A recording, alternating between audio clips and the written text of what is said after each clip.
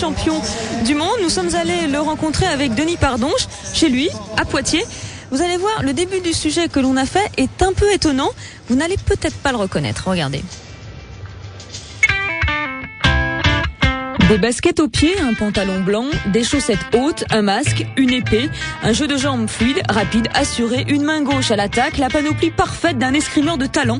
Et pourtant, c'est bien Brian Joubert, le vice-champion du monde, qui tire 3 fois par semaine au stade Poitevin. Quel rapport entre le patinage et l'escrime, pensez-vous? Un intérêt indéniable pour ce sport découvert à l'école primaire vers 9 ans et retrouvé depuis 2 mois avec un plaisir non dissimulé.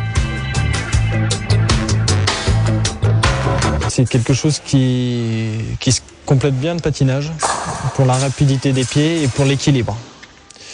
Parce que c'est vrai, quand on est constamment en train de changer d'appui et quand on fait des petits pas, c'est exactement la même chose. Il faut être capable de pouvoir changer de pied sans perdre d'équilibre. Ravi de titiller Sarah, une de ses sœurs, pendant 2 heures, il met toute sa fougue et son esprit de compétition dans chaque attaque. Il transpire davantage que sur la glace, mais ne se montre jamais entamé physiquement, preuve qu'il est affûté.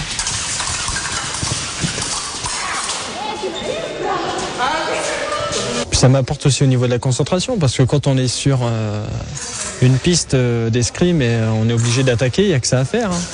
Et quand on est sur la glace, c'est pareil, quand on va sur un saut, c'est pour le faire et c'est pour attaquer. Donc c'est un état d'esprit qu'il faut avoir et je l'ai déjà, mais l'escrime peut m'aider encore un peu plus là-dessus.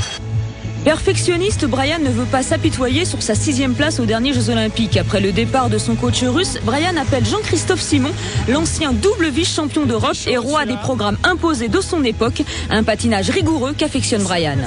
Ouais, t'as raison. Ouais. Mais c'est la courbe qui était largement modifiée aussi cette fois-ci. La compréhension se fait donc doublement bien.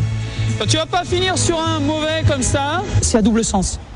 C'est-à-dire que en me disant ce qu'il ressent, ça m'aide à progresser dans sa façon d'appréhender ses gestes techniques et dans ma façon de ressentir ce que j'ai vécu avant, ça peut l'aider aussi dans la réalisation des gestes techniques. C'est vraiment donnant-donnant, c'est vraiment une réciprocité. J'étais content parce qu'il me connaît déjà, on s'est entraîné l'été, puis quand j'avais 10 ans aussi, je faisais des stages minimes et c'est lui qui m'a fait sortir mon premier double axel.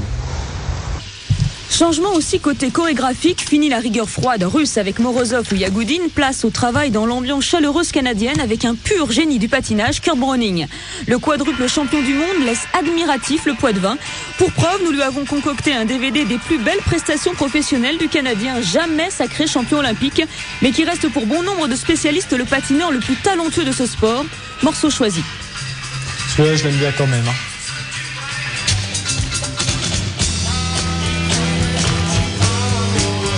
Quand il a un double axel, c'est énorme.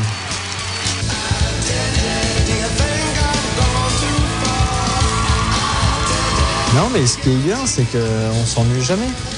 On regarde son programme, il n'y a pas un moment où ça descend comme ça, il y a toujours quelque chose.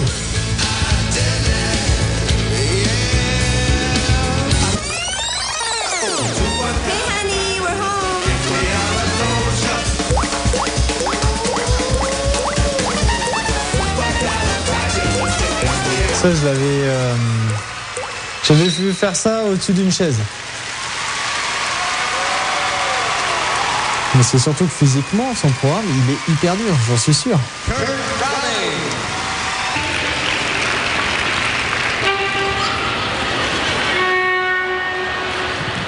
Ce que je trouve fort, c'est pas forcément de le faire, c'est surtout de trouver l'idée.